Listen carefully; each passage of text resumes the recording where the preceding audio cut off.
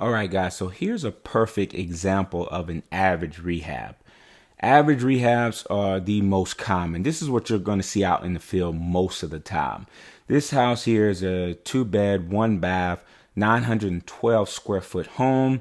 It's an average rehab, so I put it right there at $30 a square foot. And I'll tell you why. The HVAC itself needed to be installed or replaced. You'll see that here in a little. The roof needed to be replaced, and likely the electrical. So we got 3 out of the big 5 that needs to be repaired or replaced. So I put it right at $30 a square foot. That's a little bit above, in my area, a little bit above that average $25. It's in that range, right? It's right there smack dab in the middle.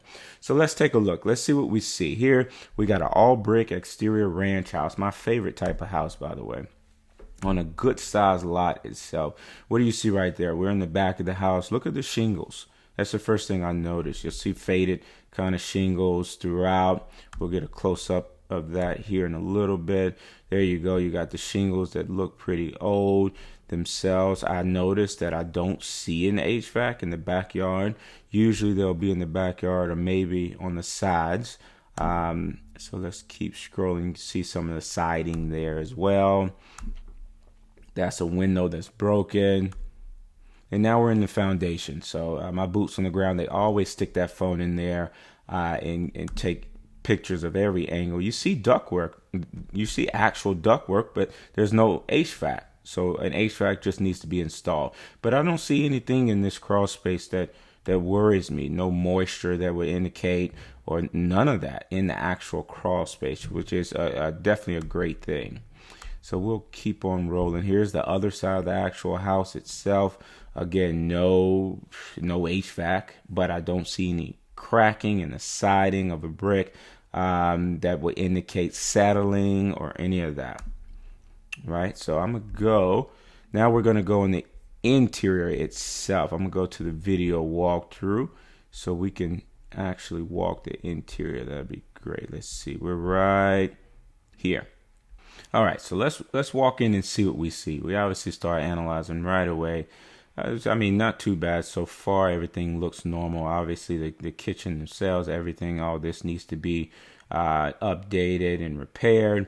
You look in the ceiling, that's the big major indicator right there, is the water spots in the ceiling that the roof needs to be replaced. And there's multiple water spots throughout this house itself. So obvious indication the roof needs to be replaced.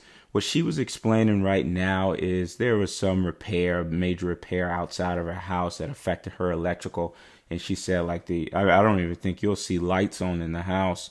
You may see a couple, but there's some outlets that don't work. There's some fixtures that don't work, and the actual lighting fixtures that just do not work anymore. So that's why we went ahead and said the electrical needs to be replaced itself. So you walk here in the bathroom, I mean, was pretty bad shape. I mean, everything on the wall was peeling, just needed to be replaced. This will be done anyways, but most of the time by your rehabber. So we just chalked this up as a repaired bathroom. There was an actual hole right here in the back of the shower. She said her son or nephew fell through it. So yeah, you can see why it's a little more than the average. And then you got the 2 rooms here in the back, and these are typical kind of repairs that need to be done in both rooms. But we already hit the major keys of what needs to be done, which is the roof, the HVAC, and the electrical.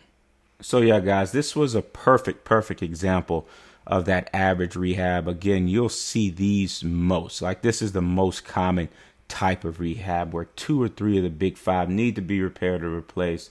And you're in that range of $25 to $35 a square foot, depending on your area. So this was a great example. I'll see you guys in the next chapter.